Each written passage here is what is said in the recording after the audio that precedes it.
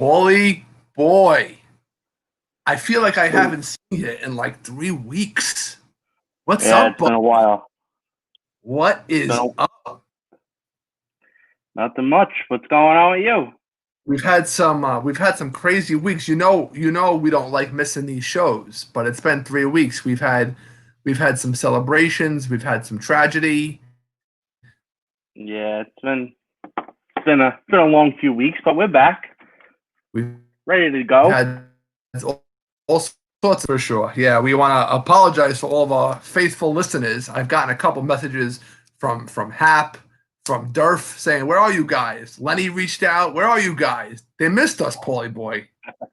We missed them, so You know happy to what it be is back. too.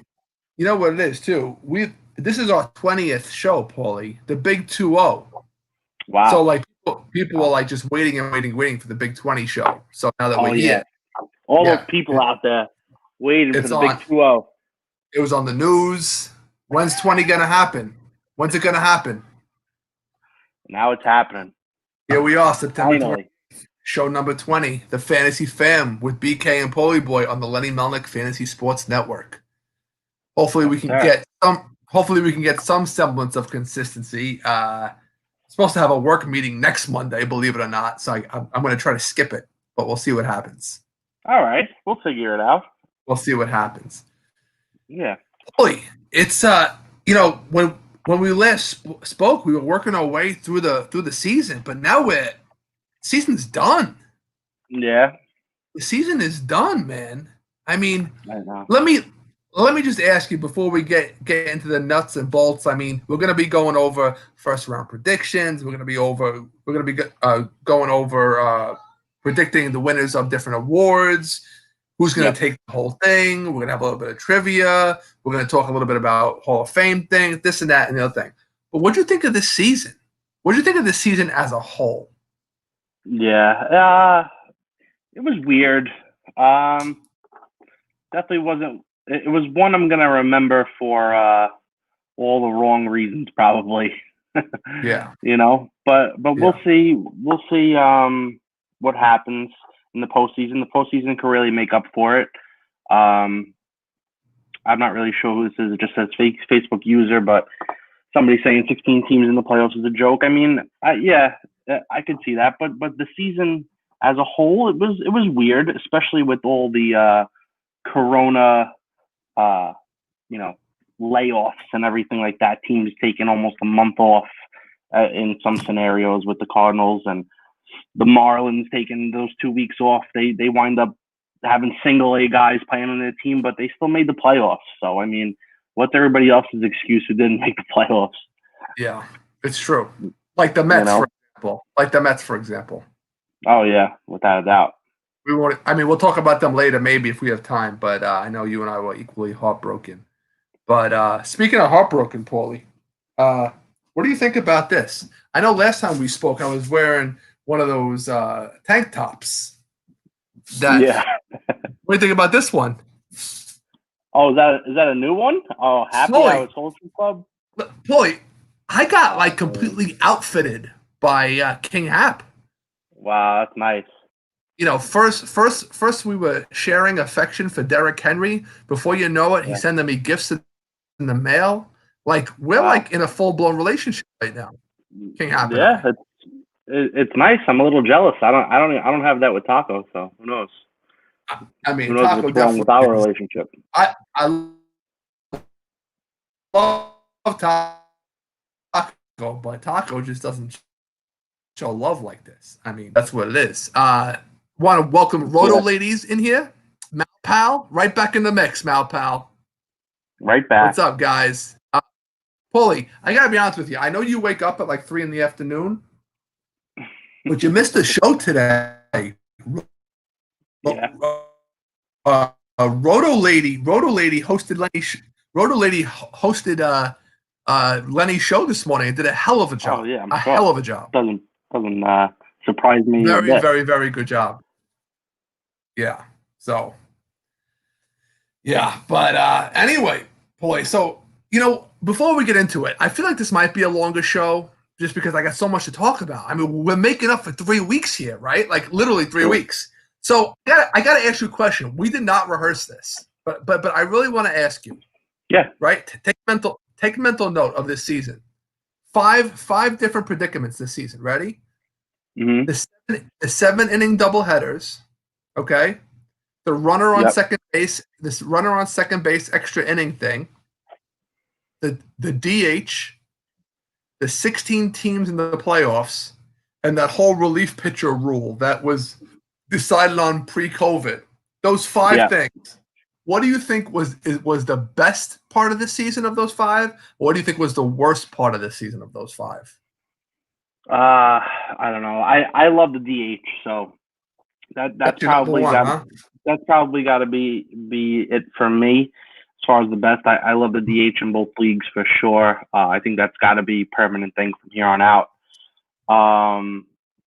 After that, I don't know. Probably the extra inning rule. I see that just being a rule for this year because of the circumstances. So probably the extra inning rule with the runner on second base is probably my least favorite. All right. So Andrea asked me just to repeat them again. Okay, Andrea, here's the 5. Okay, yeah. The 7-inning doubleheaders, the runner on second extra inning thing, the DH, 16 teams in the playoffs, and that whole relief pitcher rule where I even forget what they have to go 3 batters unless it's the end of an inning, and blah blah blah blah blah. So those are from top of mind. Those are the 5 big adjustments to this year. What's your favorite and what's your least favorite? My favorite, I would have to say, is I really like the 16 teams in the playoffs. 16 feels like a big jump. Mm-hmm. I think they could have done with 12 this year. Yeah. 6.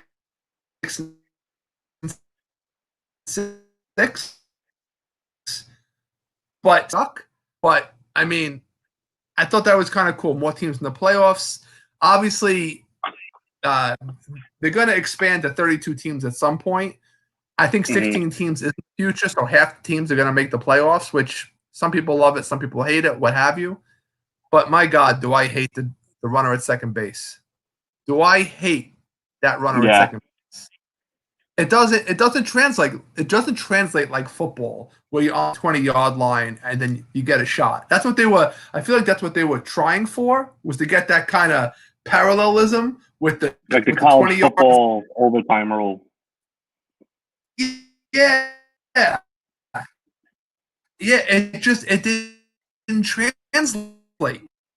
It actually sucked. You don't just get that. So a single wins you the game? That's ridiculous. That's absolutely ridiculous. It really was horrendous. I hope they just bomb this whole thing. But Malpal doesn't like the extra innings. Malpal, I'm with you 100% right there. Roto Lady likes DH, large playoffs, and 7 innings go last.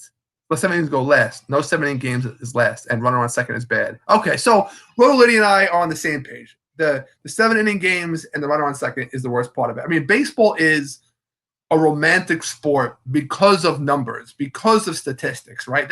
That's part of the beauty of it. It really is. It's part of the absolute baseball. And now you're going to start to tinker with it. You're going to put a runner on second, and you're going to lower the game. I'll say this a million times. If you don't like 9-inning games and you can't appreciate a 14-inning game, don't watch the sport. Turn the TV off. Leave the stadium if you're there live. But my God, I think the true baseball fans love it. It's just bonus baseball. It's bonus. Like why are we fighting this?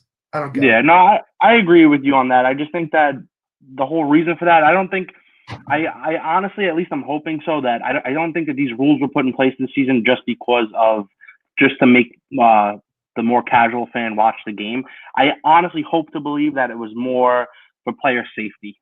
You know what I mean? So they just wanted to get these games over with quicker and things like that. So I think that it will change back, but I think it was just more of a player safety thing. At least I hope so.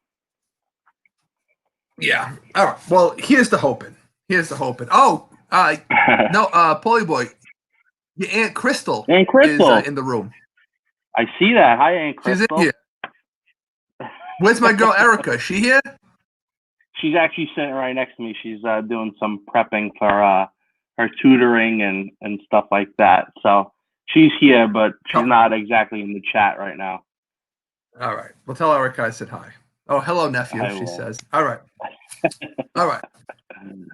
And guys, just for the record, Paulie Boy and my wife are literally 3 years apart. 3 years. That's what's so funny about it. 3 whole years. 3 whole years. Me and my wife, 12 years. I don't know. Whatever. Jack's old dudes. All right. So, first round of the playoffs, Paulie. What to you is the most intriguing matchup? Oh, Chris LeBeau is in the house. That's my boy. All right. Thanks for joining us, Mr. LeBeau. Yeah, cousin Walt in here too. Happy birthday to you, cousin Walt.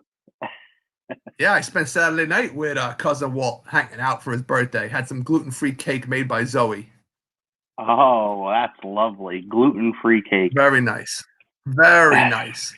Very nice. All right, so Paulie, which matchup are you most excited about? Tampa Bay Jays, Cleveland Yanks, Twins, Stros, A's. Let's start with the American League. Tampa Bay Rays, sure. Cleveland Yankees, Twins, Stros, A's, White Sox. Which one gets you the most excited?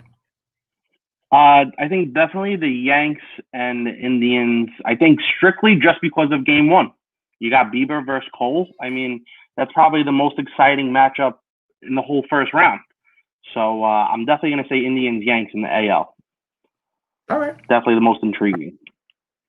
I'm going to go with A's, White Sox. Like, here's 2 teams that are like upstart young teams that I just want to watch go head to head.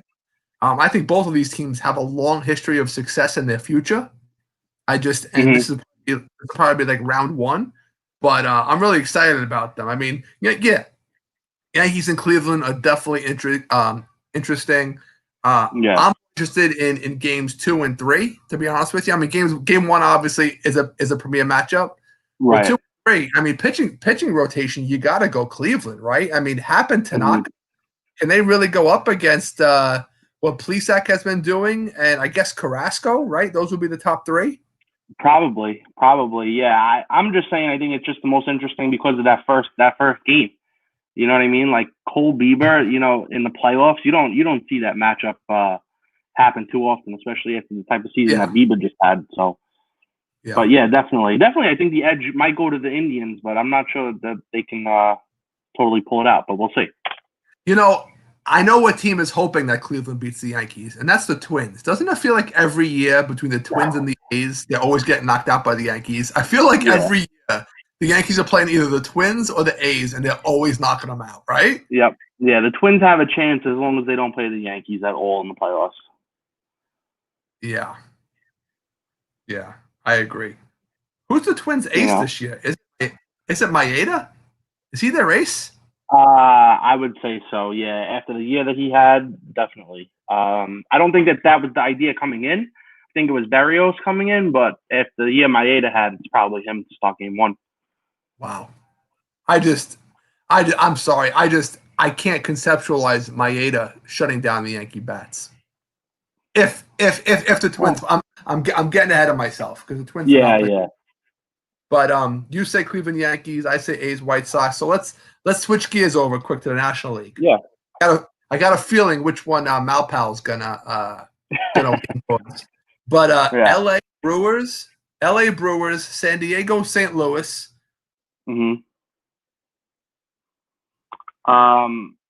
Most interesting matchup, you saying?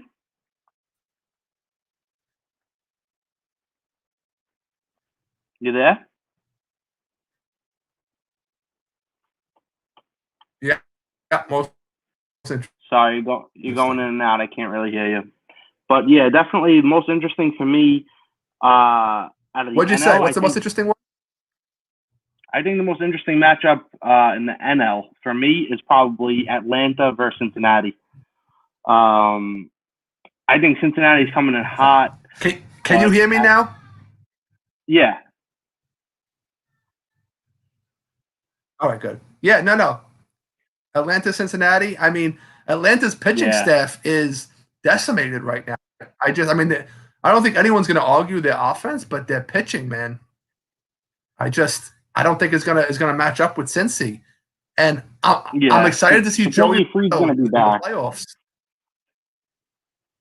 Yeah, yeah, I agree. I agree with you, but I think Freed is supposed to be back for the Braves, and they still have Ian Anderson. So in a three game series, I think that they can make up for it. But I don't know. I see Cincy probably winning that matchup. I just think it's probably the most intriguing out of the rest of the NL matchups. Yeah. I'm gonna jump with Malpal right now.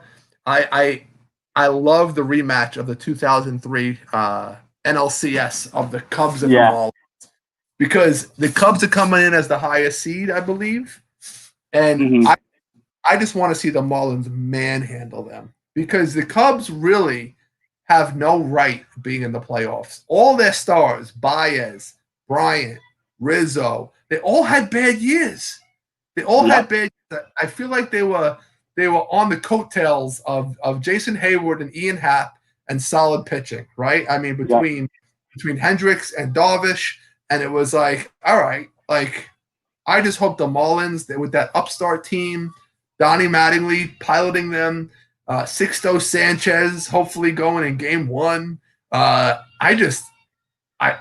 I love their squad, man. It's just they're exciting. Cinderella story, right? Yeah, without a doubt. I'm rooting for the Marlins. I hope they beat the Cubs. I honestly didn't even think the Cubs were going to make the playoffs before the season. I mean, maybe you got to chalk that up to Rossi, coaching that team up. Maybe they really just like playing under him and whatever it is. But I don't know how that they could get too far with that bullpen and everything. And I know that they have Darvish. Hendrick's still good. You still got Lester and whatever, but I just don't. I don't know what it is about them. I just don't love their team, really, and I would just love to see the Marlins come back and beat them. After 03, the rematch of 03, like you're saying, I think that would be an awesome story. Which is really interesting to hear you say, knowing you have such a man crush on Rizzo. I mean, literally, you love him. Literally. Yeah. I mean, he's awesome. But I don't know. I just them as a whole. I don't know what it is. Just like Javi really was was pretty inconsistent this year. Chris Bryant was just a no-show. Schwarber hitting under 200. Their bright spot is Hayward, like you said. Happ kind of came, showed his potential. And Darvish. But besides that, I mean, what was really exciting about the Cubs at all this year? Yeah. And they still came in first, and that's great. Great for them. I don't think they're going to get very far. Yeah. All right. No, it's fair. It's fair. For the record, I think San Diego's going to manhandle St. Louis. I don't think St. Louis has the bullets to go too far this year. Yeah. Now, pal, just for you, baby. San Diego over St. Louis. For sure. St. Louis had a rough season. They did. They had a rough season. So I mean, it's great for them that they even made the playoffs after everything that they went through. They were off for a month. Yeah, agreed. Malpal and Andrea are talking about Yelich and what a bad year he had, which I agree. Do you know 2 years ago, Paulie, in a redraft? No, not redraft. In a dynasty league, I traded Christian Yelich, and I got Joey Bart, Michael Conforto, Jacob deGrom, and Corey Seager. Wow. For Yelich. Wow. Straight up. The 4-for-1. Anybody else? Wow. That was it. I didn't trade anybody else. Do you remember that second half he had 2 years ago when he was absolutely carried the Brewers? He was just hitting home runs every day. Yeah, he was basically Barry Bonds for a half a season. Exactly what he was. But yeah, so that was the hole I got for him. But which I got to ask you. So I'm gonna make a note of what your answer is gonna be here, Paulie. Who do you have going all the way? Right. I want to ask you early. I want to see who comes closer, but who do you have going all the way? Actually, who's gonna win the whole thing? I want to know. I'm gonna ask you 2 things. Who's gonna go all the way? I'm going to give you two chances to get it right. Who's going to go all the way and who's going to surprise some teams and could go all the way? So who's like the easy team that you think is going to go all the way, and Okay. who's like the surprising team that you think could go all the way? Yeah. The easy team that I think is going to go all the way is the Dodgers, and I'm going to agree with my Aunt Crystal here chiming in. She thinks the Dodgers are going to win the World Series. Honestly, I do too. But that's the easy pick, like you're saying. I just think that they're so deep, and that if they're ever going to do it, they're going to finally win a World Series. I think it's going to be in a year like this. Who can surprise? Who can surprise and go all the way? I think it's Cincinnati. That's my surprising team. I just think that they're going into this thing really hot. They got the depth in the rotation. Their bullpen's not bad. I think that they could surprise some people. Yeah. I agree. By the way, my wife is clearly online because she said Dodgers overrated. She doesn't know a damn thing of what she's talking about. But hey, honey, great job. Great job. Malpal saying Dodgers. Roto Lady, I was just going to say that the run differential, the Dodgers run differential was like ridiculous. Yeah. It was like 120 something, like their run differential today. Crystal said Noah picked the Rays. Crazy. Nice one, buddy. But I mean, that's two 1 seeds, so it's not a bad not a bad prediction. Dodger over Rays. Yeah, it's Dodgers. It's really hard to go against them, especially Mookie Betts performed. Bellinger, I think, is gonna bounce back in the playoffs. As much as I'm not a big Bellinger guy, yeah, I think he's gonna come back to life. But you know who my dark horse here is, Paulie? I'm gonna tell you, my dark horse.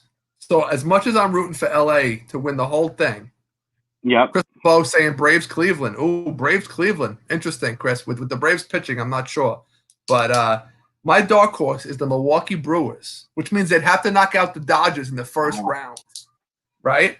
So you went like a really dark horse there. But I'll tell you why. I'm kind of on this Peralta, Devin Williams hater bandwagon. Like I watched Devin Williams change up the other day, and I just got all excited. That thing stops in midair and just drops. It's ridiculous. Yeah, he was filthy this year. He came out of nowhere. Yeah. But I don't know if that's enough for them to win the World Series. But listen, if they could shorten the game to 5-inning games, 6-inning games, and then throw Peralta and Williams and Hader, I know it's tough to do every game. But if you flip-flop them, I mean, it could make an impact. So, and Christian Yelich can't be this bad. I mean, Christian Yelich, I feel like, has got to turn it on. And I'm just looking forward to him turning it on. And he's only getting a 3-game series against the Dodgers to actually do that, though. That's why I really don't think it's going to happen, at least this year. I mean, chances are not, especially against who they're going to be throwing, right? Kershaw, Bueller. Right. Who's their number 3 out there? Oh, for the Dodgers, you're saying? Yeah. Is it Rich Hill? No, Rich Hill's not there anymore. Rich Hill's in Minnesota. Yeah. Yeah. With the Dodgers, I'm off the top of my head, I'm not really even too sure. Yeah. Crystal loves Clayton Kershaw. She likes the way Tim Kirkjian says Clayton Kershaw all the time. I mean, he's going to be a big part of that for them. Tony Gonzalez. I don't know if he's the third. I know Urias. Yeah. How about May, the big redheaded kid? May, it would be any of those 3 probably. Yeah. Malpal, who goes game 1 though, Clevinger or Lamet? I'm assuming Lamet, right? You're going to give Clevinger a little bit more time to heal from the bicep. Clevinger's hurt, right? Yeah, but they're saying he might come back for the playoffs. I don't know if they're going to push him or not, but we'll see what happens there. We will see what happens there. All right, Paulie, you're locked in. Dodgers, Cincy. Dodgers to go all the way. Cincy for your dark horse. I got you. Yeah. Gotcha. All right. Award winners. This is where it could get a little dicey here. So award winners. Let's start with the National League Cy Young, just because I know you and I are DeGrom guys. Mm-hmm. And it's funny to say he had a quote unquote off year. His ERA was still, I think, what was it, 2.4 something? Yeah. I mean, still filthy, and he was throwing the hardest he's ever thrown. Yeah. So I don't You're know, still gonna Paul. give it. You're still gonna give it to him. No, If anybody's gonna get it over him, I only have one guy in mind. go ahead. I'm assuming it's the same guy. I mean, is it the same guy Andrea wants, which is her boyfriend over there, Trevor Bauer? Yeah, absolutely. If anybody's gonna win the Cy Young over DeGrom this year, it has to be Bauer. It definitely cannot be Yu Darvish. DeGrom. Tell me why. I don't know. I just feel like DeGrom still has almost better numbers than he does anyway. No. So what do you? Yeah, he does. Yeah, he does. Paulie. Darvish has a little bit of a lower ERA. Paulie, Darvish has a lower ERA. They have the same WHIP. DeGrom's got like 12 more strikeouts, and he's got a lot more wins. Darvish Darvish was my And pick. He's probably got a higher WAR also. I don't go by WAR. Well, I mean, a lot of people do go by WAR. I'm just saying. I think Grom has mostly everything over Darvish anyway. If anybody's going to win it, I would say it would be Bauer. But Andrew's 100% right. Bauer does piss off the press and the MLB and a lot of people and things like that because he's so public with everything. There's a good chance that he might not win it and they give it to DeGrom anyway. Yeah. Malpal's right too. You can't vote for a guy who can't make a 16-team playoff. No, I think that's not fair. That's not fair to him. But you can't say that. So I say Yu Darvish, you say Bauer. Roto Lady says Bauer. Malpal, who you voting for here? He said Bauer too. All right, so I'm the minority. Yeah. I got no problem with that. Here's my question to you. Bauer's on a 1-year contract. How much? Yeah. I'm segueing here. How much you think Bauer's going to – if Bauer does what he says he's going to do, which is go for a 1-year contract again, how much after the year he's had, how much you think he could demand on the market for a 1-year rental from any team? A 1-year deal? 1-year deal. And he wins the Cy Young, we're saying? Who cares? Who cares if he wins the Cy Young or not? The year that he had. Yeah, I was going to say over 30 mil. It has to be, right, for a 1-year deal. Yeah, for a 1-year deal, I would say over 30. Maybe 32. Roto Lady says 27. No, Andrea, I think more than that. Yeah, he said he'll only sign 1-year deals. I mean, he'd be smart for his long-term financial future to sign a bigger contract than that, but I like that he bets on himself. I like that about him. I don't like everything about him, but I like that about him. Seems like it motivates him to do better. Yeah, but I think $32 million is not out of the spectrum of possibility. I mean, for a 1-year deal, it's like no risk, right? And you know where he's going to make his money though, right? You know, he already made his money in the regular season. He's going to make a lot of his money in the postseason if he gets them deep into it. Yeah, his asking price is only going to go up. He could be like the Cespedes of 2020. You know? Well, settle down there with that, but I'm just saying that. You know what I mean?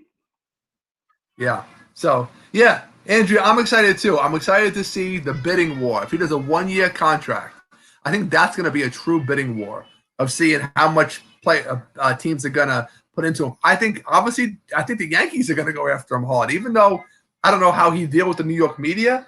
I think the Yankees for a 1-year deal might give him $40 million. As crazy as that sounds, I just think they might. So anyway, all right. So National League MVP. I got Freeman all day. You know, he recovered from COVID. Ozuna was nasty. Another free agent guy. Soto was nasty. Paulie, what's your thoughts? Wow. Well, if you're going Freeman, it's interesting because I have another guy on that team, but it's not Freeman. And I feel like you're gonna give me a lot of slack for this, but I'm gonna go with Ozuna. Yeah, no. I think Ozuna is the MVP over Freeman, if anything.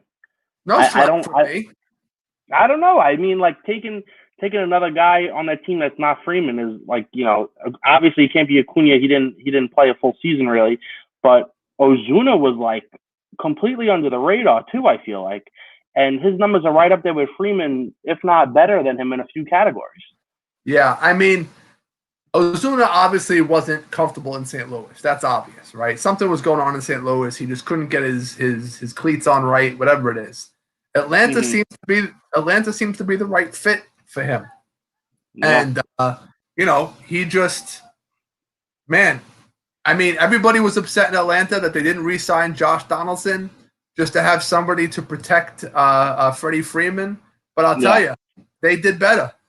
They did better with Ozuna. Yeah, I think so too. I mean, he's got Freddie Freeman numbers, if not better than that in a few categories, and he played solid defense all year. What more could they have asked from him? Yeah, agreed. You know what I mean? I think he is the MVP of the NL for sure. Agreed.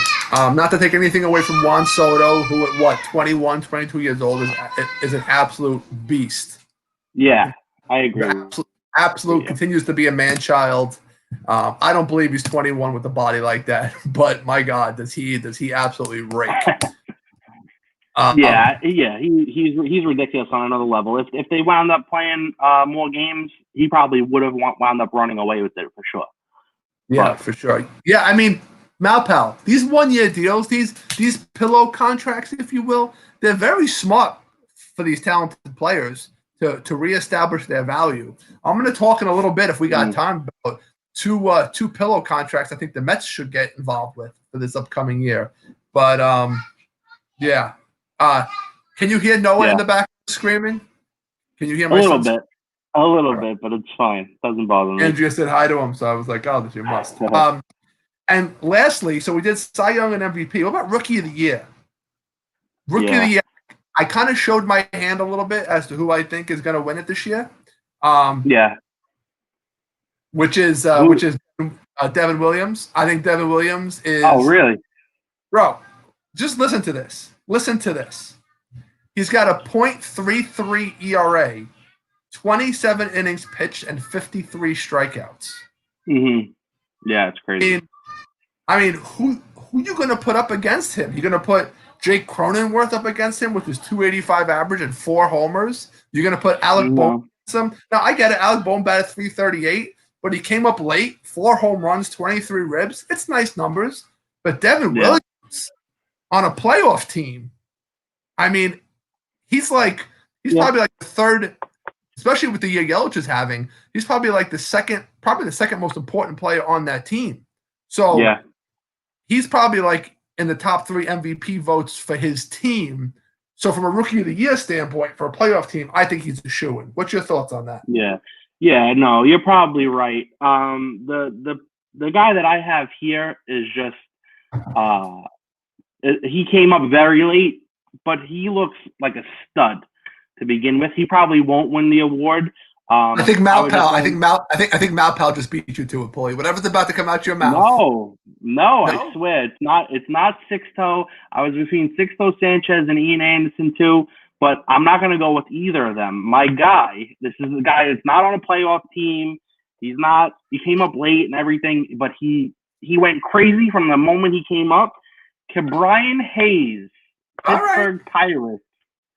All right. He came, like you said, came up a little bit late. 75, 5 home runs. He's got a WAR of almost 2 in, I don't even know how many games he played, maybe 25 games. I don't know what it was exactly. But that's crazy. Those are crazy numbers in a very short sample, very small sample. So, I mean, he's definitely not, he should probably come in top 3, I would say. And it doesn't hurt that he absolutely raked in September. I mean, September, he was just on fire. Yeah, he's crazy hot. So, all right. So you're going to go with Ke'Bryan. I'm going to go with Devin Williams. Hold on. I got to make some notes here because I want to tell you you're wrong. It doesn't come to be him. All right. Good. Got it. Okay. So let's switch gears quick to the American League. I don't think we have to spend too much time on Cy. I don't think we have to spend too much time on Cy Young here in the American League, right? I mean, it's Bieber, hands down. Yeah, I mean, Triple Crown. I mean, they say Liam Hendricks. They say Kenta Maeda might get some votes. Blah blah blah blah blah blah blah. Yeah, that's fine. It's Shane Bieber. It's Shane Bieber. If he doesn't get Yeah. unanimous, it's ridiculous. I mean, the guy has just been ridiculous all year long. Yeah, I agree. MVP Malpal, I'm with you too. Yep. Paulie and I did a segment probably a couple weeks back, probably 5-6 weeks back now, about underrated players. And Paulie, who was the first guy that we talked about? Jose Abreu. Jose Abreu. And Stud. he just produced all year long, and he's no longer under the radar. So, in all your fantasy drafts next year, I don't think you're gonna get a discount on Jose Abreu. His coming out party is here. King Hap just had a kind of curious post. A lot of interesting things going on here, King Hap. Although I can relate in the room. King Hap, that's how I feel on Wednesday evenings. Just a shower of man love. I love it. All that in the mouth, everything. Paulie, do you see this video? Yeah, I see it. So good. It's more like a GIF. It is a GIF. Hat, by the way, I'm wearing my other tee, and mission accomplished. Paulie's very jealous. Very jealous. Very jealous. He said, "How many shirts you got over there?" I said, "Yeah, don't you worry about it. My boy Hap took care of his boy. I love it. All right, so Bieber, MVP, Abreu. Paulie, you got anything against Abreu? You got somebody else in mind? No, I got Abreu here also. I feel like those are both pretty easy answers. Yeah. In the AL. Rookie of the year, though. This seems to be an easy one too, but I know you have an emotional connection to one of the guys that will be in the running. Yeah. An emotional connection. Are you as if you're dating? It's very nice. Yeah. So I'm going to ask you: are you going to go with your emotion, or are you going to go with logic? Well, what's logic? Logic is who had the better year. I mean, actually, I can't even say that, but the guy I'm going for batted 40 points higher. So and played solid defense, and that's Kyle Lewis. I mean, Kyle Lewis in Seattle. He's a big Lenny Melnick loves this guy. I didn't think much of him before the season. But the interesting thing about Kyle Lewis, Paulie, I think he's on the clock. I think once, obviously, Jared Kelenic comes up, I don't know if they're going to move him to a corner outfield spot, but Kelenic is the heir apparent in center field in Seattle. But Kyle Lewis definitely had a better year than Luis Robert. What's your thoughts on that? Yeah, no, I agree with you. It could go either way, but Roberts did really get into a serious slump in September, and you really can't make the case for him at this point after the season that Lewis had, and he really he cooled down also at some point, Lewis, but he he kind of stayed the course. Luis Robert just the bottom fell off on him.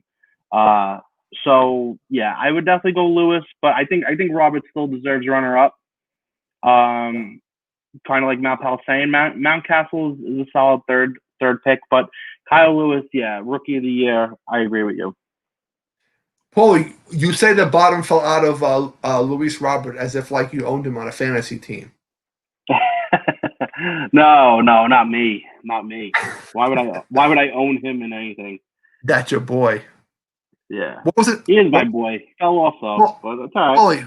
Paulie, for the record, share with our listening audience. What was the name of your team again? The Lubob Express. The Lubob Express. Yeah. So yeah, the train really went off the rails. It looks like Roto Lady is involved in a draft. Is this a playoff draft?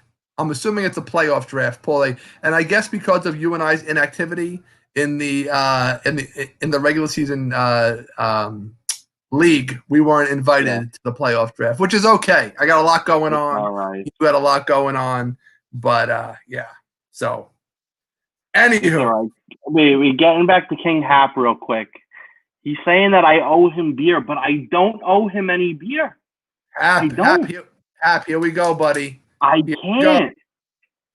He's talking about Saquon versus Derrick Henry. Saquon played one game. Bro, that's not his fault.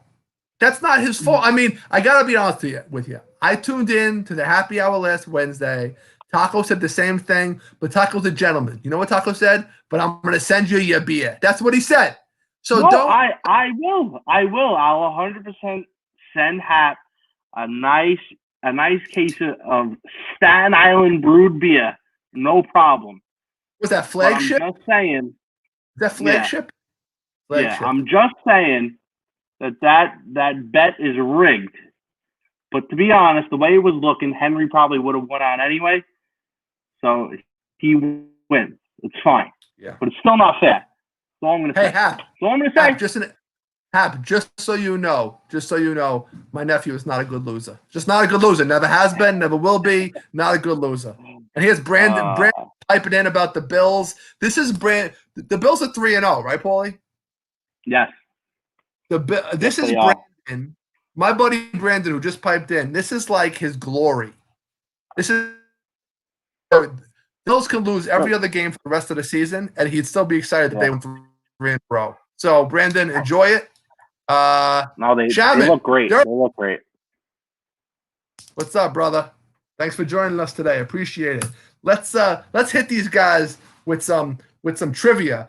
We got to come up with a better name than just trivia. I mean, Hap's got taco trivia. We got to come up with like the Pulley Boy Puzzler. Wow, I like that one. Wow, the Pulley Boy Puzzler. All right, here we go. Well, we gave you the answer to the first part of the question, but it's a 2-part question. What was the last year the Marlins made the postseason, and what player led them in home runs and RBI? Same player. So what was the last year the Marlins made the postseason, Mm-hmm. and who was the player who led them in home runs and RBIs? Home runs and RBIs. Yep. That is for the Pulley Boy Puzzler. Home runs and RBIs in the regular season, you're saying? Yeah. Regular season. Okay. And what was that? That was oh no, wait. That was part of the question. I'm sorry. Malpal, is Josh Allen the MVP over Russell Wilson right now? I don't know. I don't know.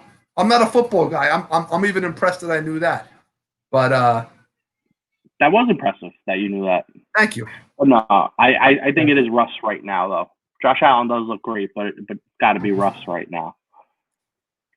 King Hap, close with 2004, very close, and not Sheffield. Pulley Boy, Pulley Boy porn, Pulley porn. Oh my!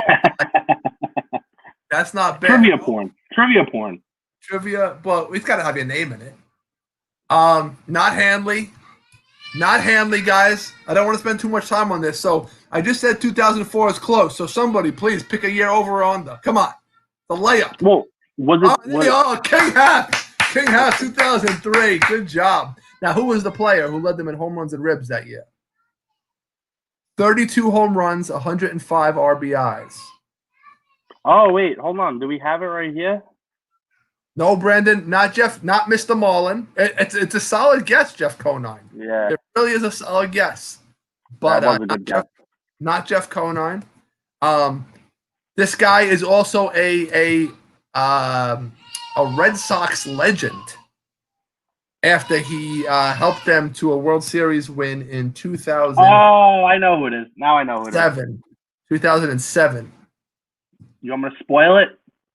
No, let the studio audience give it a shot. While they're thinking about it, guys, if you're tuning in right now, just really quick, what you missed.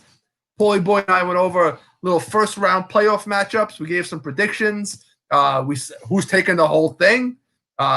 Paulie Boy said could be the Dodgers, could be Cincinnati. I said could be the Dodgers, could be the Brewers. You think I'm crazy? I don't know. Oh, King Hap with Mike Lowell. Fred McGriff, Shaman, come on. No. No, I don't think Fred McGriff was ever on the Marlins. Was he? Maybe he was for a hot second. But yeah, Mike Lowell, that was it, buddy. Great job. 32 home runs, 105 RBIs. Again, if you missed it, first round, award winners, trivia, we did it all. If you missed it, go on demand, go on the Lenny Melnick Fantasy Sports Network and play a little catch-up. Yep. All right. My God. Hap, if I had a shirt, I'd send it to you. We got to get Fantasy Fam shirts, Paulie. You know, on the back of the shirt is like this bulldog logo. We need to come up with a great logo. All right. Yeah, no problem. Maybe just put We'll your do it. mug on there. Is My it like mean mug. isn't like Erica's sister like some like t-shirt creative genius that she could put like your face on a shirt? Oh yeah, she can do anything. All right.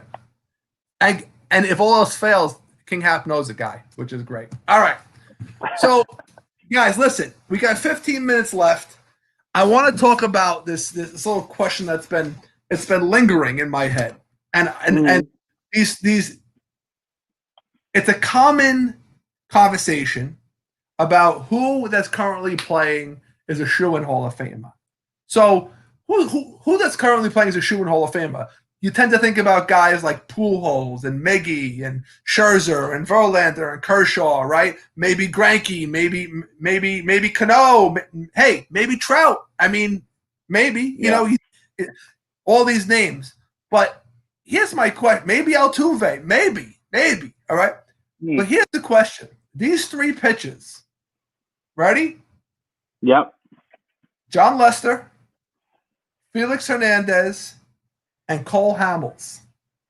Now, you might think one had a better career than the others, but the scary thing here is that their numbers are scary close. Yep. Scary close. I mean, Lester, Felix, and Hamels, their numbers, Paulie, are you ready for this? Yeah. Felix, 419 career starts. Lester, 420. Hamels, 422. Yeah.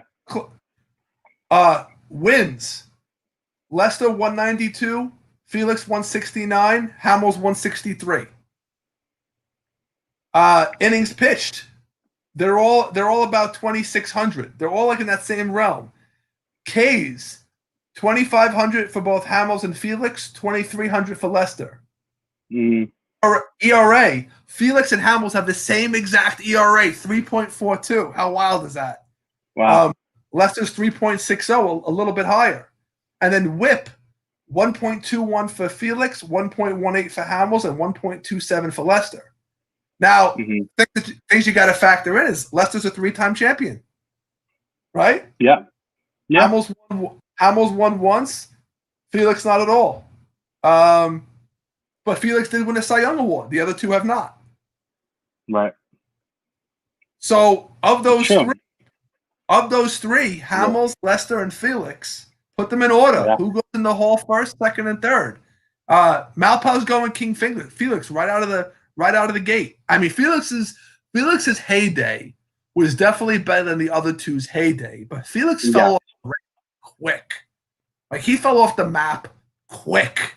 Yep. So it's just something to be, you know, and you know, Malpau says he's more iconic, but iconic only gets you so far. I mean, you have to have, in my mind, 10 years of dominance. Felix didn't really have 10 years of dominance. He had like 6 or 7. Yeah, I see what you're saying. Yeah. For me, when you first told me this question, I thought Felix was, you know, by far the Hall of Famer and everything out of these three. But then when you look at the numbers and everything, Felix might be third best out of the three. Felix has the lowest winning percentage of the three. Right. But keep in mind, he was with Seattle his whole career mostly. Exactly. Keep in mind, a la Jacob deGrom. I think I think the year he won the Cy Young, he only had like 10 wins. Right. So how much can you really put into the wins if you go into his Hall of Fame career? You really can't put as much emphasis into the wins at all. So, but then that would also go for Lester, who has almost 200 wins. So if you're not going to count, you know, if you're not going to worry about Felix having not a lot of wins, you can't really take into account that Lester has almost 200 wins. All right. So what metrics do you want to look at? You want to look at Ks? So Ks, Lester ERA. has. Yeah. Okay, listen. Lester has 2384. Okay. Felix has 25-24, and Hamels has 25-58. Right. Right. Yeah. But that's what I'm saying. Beforehand, Hamels, I would have you thought told would me have this had question. the least, but he's got the most. Right. Exactly. And I would have said Hamels would have probably been the third out of the three. But when we're looking over numbers, and I know you don't take any WAR into account at all, but I looked before, and Hamels has the highest WAR out of the three by like almost 10 wins above replacement, which is pretty crazy.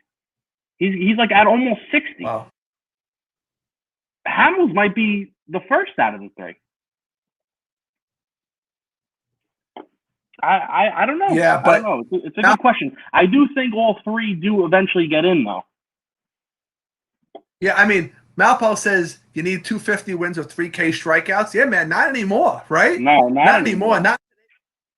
Not in today's game. I mean, no, you're not going to see a lot of pitchers get in anymore with those numbers. Those numbers aren't going to exist anymore, really. Maybe the strikeouts, but 250 wins you may never see again. Yeah, it really is on the whims of the writers. I mean, when Paulie Boy and I were looking this up last week, right, Paulie, we saw like Jim Cott and Tommy John. I mean, they were like in the 280s, 290s wins, and they're not in, which is crazy. Right. Big numbers, and they're not in the Hall. No, yeah, I disagree with Malpal. About what?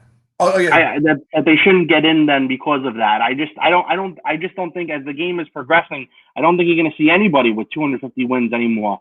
After like those last few, eventually retire. 250 wins, 300 wins. It's going to be unheard of at one point. It's going to be something of a very, it's extreme rarity. The 3,000 strikeouts may happen, but probably not because of the innings limits on a lot of these guys. Yeah. I agree with Durf that it's just the whole of good unless Bonds and Clemens get in. I mean, I agree with that. But, Malpal, Schilling is a travesty. Schilling is, oh, God, how do I not get political here? I mean, they just don't like his politics. They literally don't like his politics, so they blackballed him. But the guy was dominant with the Phillies, dominant with the Red Sox, dominant with the D-backs. I mean, I don't know how you don't let Schilling in. And you're right, Schilling's better than all these guys. I got to do a deeper dive to see how his stats compare. Yeah. But Schilling was iconic. Schilling, I believe, was more iconic than Felix. No, I agree with you. I agree with you. Schilling should get in, but it's that way for a decent amount of players that they don't get in right away because of the people voting them in that they've had run-ins with before, or they don't like their politics, anything like that. It happens in all sports, not just the MLB Hall of Fame. But I do disagree with Malpal, and I don't think I'm wrong at all, because if that's the case, then you're going to see no pitchers get into the Hall of Fame in the future, because then nobody's going to have 250 wins or 3,000 strikeouts. So he's wrong. I got to be honest with you, because then in the future you're going to have no pitchers in the Hall of Fame. Paulie, don't yell at my friend Malpal. That's A. Hey, don't yell at Malpal. I am yelling at him. Malpal, don't let him do it to you. I'm not going to let him do it to you. I'm just saying. I'm just trying to make a point. But I do agree with Paulie Boy that we have to look at these things a little bit differently. Like, I'm an old school guy like you, Malpal. I like 250 wins. I like 3Ks. It's not 1980 anymore. We're not in the 80s anymore. All right. Stop screaming. Move on. That was 40 years ago. Look at it. His brow is getting all furrowed. Oh. Erica, take control of your man, will you? She's sitting right there. Erica, for God's sakes. She's not even paying attention. Yeah, but anyway, Schilling should get in. So again, at the end of the day, I actually do think Lester gets in first. I think Lester team. He might have been a rookie. He might have been really, really young, but he won a championship with 2 championships with the Red Sox, 1 with the Cubs. Iconic franchises. Felix is 2, Hamels is 3, but yeah, I agree with you guys. They're probably all going to get in. Yeah. Along with was Lester in that? He wasn't in that first World Series with the Red Sox though. That they first won. I don't think so. I don't think so either. I think he Because might that have would have come been up. something. That would have been something if he won both those first World Series for those franchises with the Cubs and the Red Sox, broke both those curses with Theo. That would have been. He would have been a shoo-in. I was gonna say a la Theo. Yeah. Yeah, he would have been a shoo-in. Malpal, another great question. Any of those guys better than Andy Pettitte?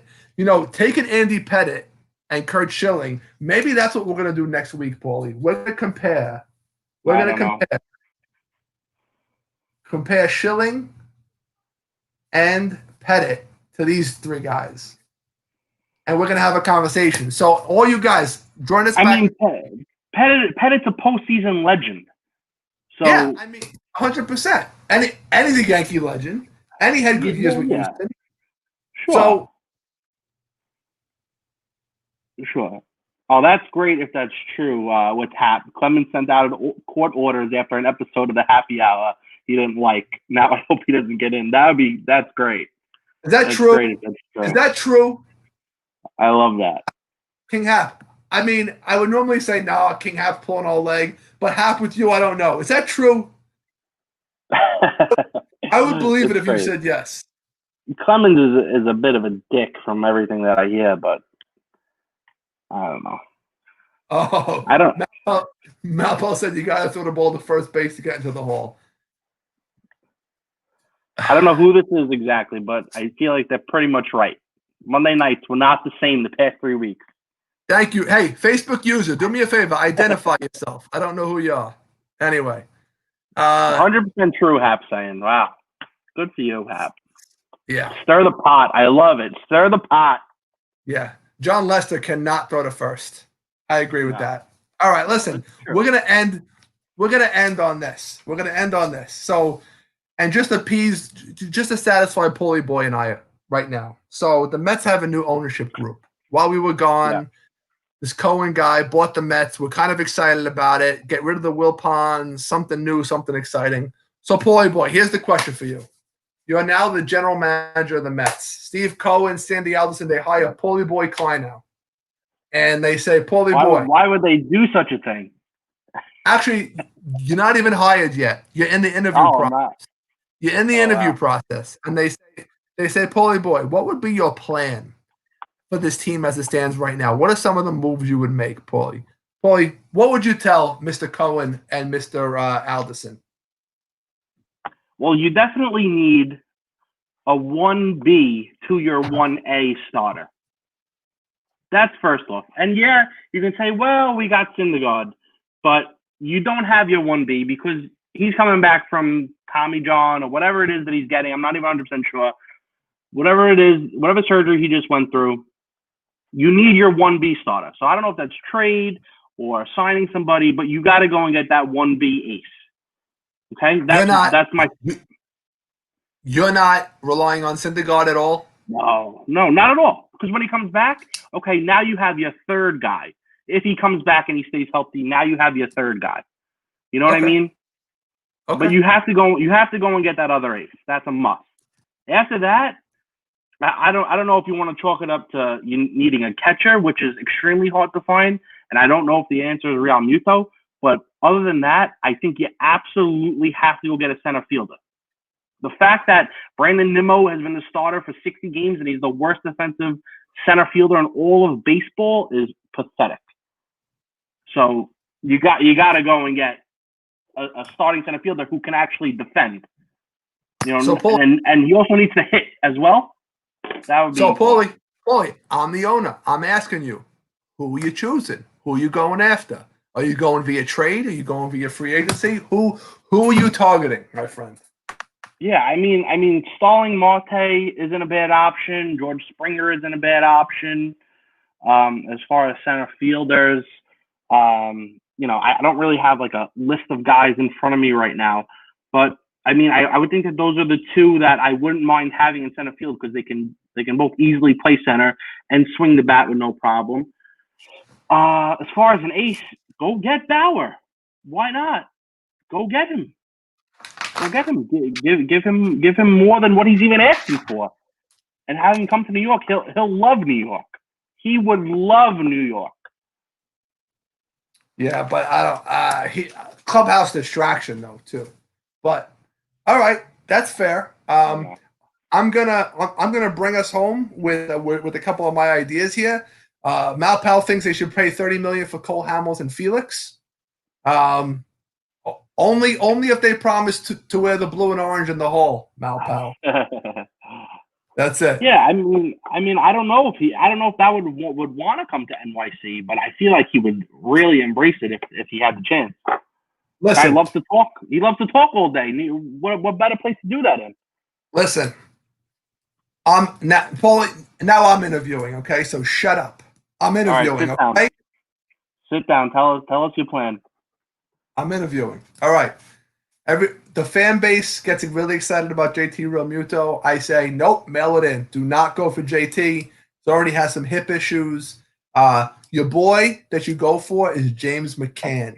You give a 3-year deal to James McCann at about 10 to 12 million per. The guy just flat out hits. He was an all-star last year. He's splitting time right now because they signed Grandal, but the guy still hits. He should be in that White Sox lineup every damn day. It's ridiculous. Grandal should be at DH. So that annoys me, but I think they can get McCann. That's what I want to say. I want to see James McCann behind the plate. That's your solution. That's your solution. Well, it's part of my solution. I'm not done. Oh man. Springer's a Northeast boy. He's a UConn kid. UConn. I know he's 31 years old. Listen, he's one of the few Astros that had a good year. Bring him up to the Northeast. Give him about 25 mil per on a 3-year deal, 75 mil. Bring him till he's 34 years old, 35 years old. And then I would ready pillow contracts. Remember I said before pillow contracts? Mm-hmm. You give a 1-year pillow contract to Marcus Stroman. I don't like him, but you give him a 1-year pillow contract to reestablish his value. And you give another 1-year pillow contract. You ready for this, Paulie? Yeah. A fellow Stetson Hatter to Jacob deGrom.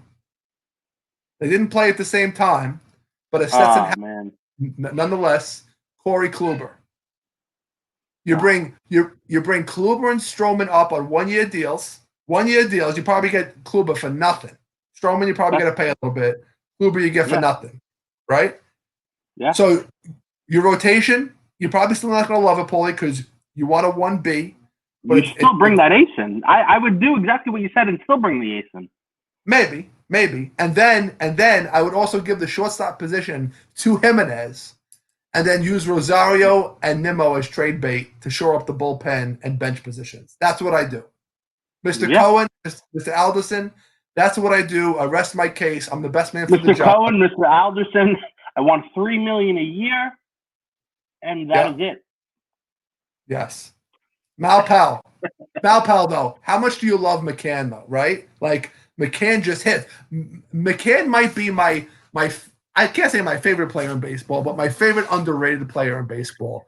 I love him. I love him. Anyway. We gotta that was a great job by you, I gotta say. Well, but we have a amazing Monday Night Football game on tonight. I don't know if you know.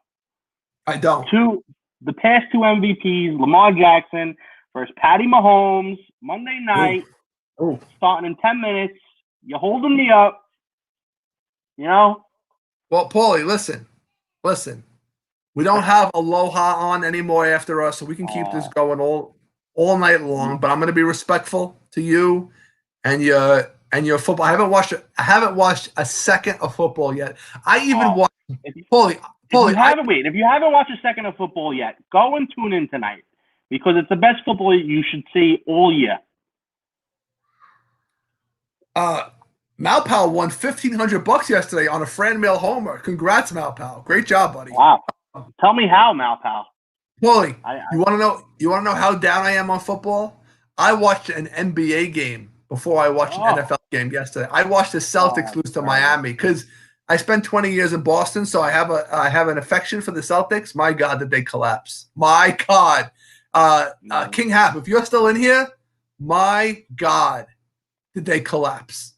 That last 3 minutes, The Celtics were up by 6 and lost by like 14 in like 3 minutes. And it was their elimination game. They fell apart. They couldn't hit a shot if their life depended on it. Anyway.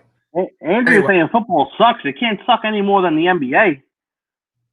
Basketball is way worse than football right now. Are you kidding me? It was really bad. Did Tampa Bay end up winning the cup or no? Who cares? I know. Yeah, Hockey. But Please. Bad coaching, but you got to love that guy. What's his name? The guy from, was it Butler or wherever he was from? That coach? I like him. Oh, Brad Stevens. Brad Stevens, yeah. Oh, he's a great coach. Yeah, but he didn't do a good job yesterday. Shaman, I agree. Football, I'm not even in a fantasy football league this year. That's how out of it I am. And it's not because of politics. It didn't help, but it's not because of that. It's just I'm just not into it. I'm just into it. Maybe because the Mets sucked and aren't in the playoffs, and I'm kind of pissed about that. A lot of things. Bob, go tune in for the first quarter. You'll enjoy it. All right. Listen, I'm getting pushed out, guys. I love you. I want to say thank you for being on the show from Paulie Boy and I.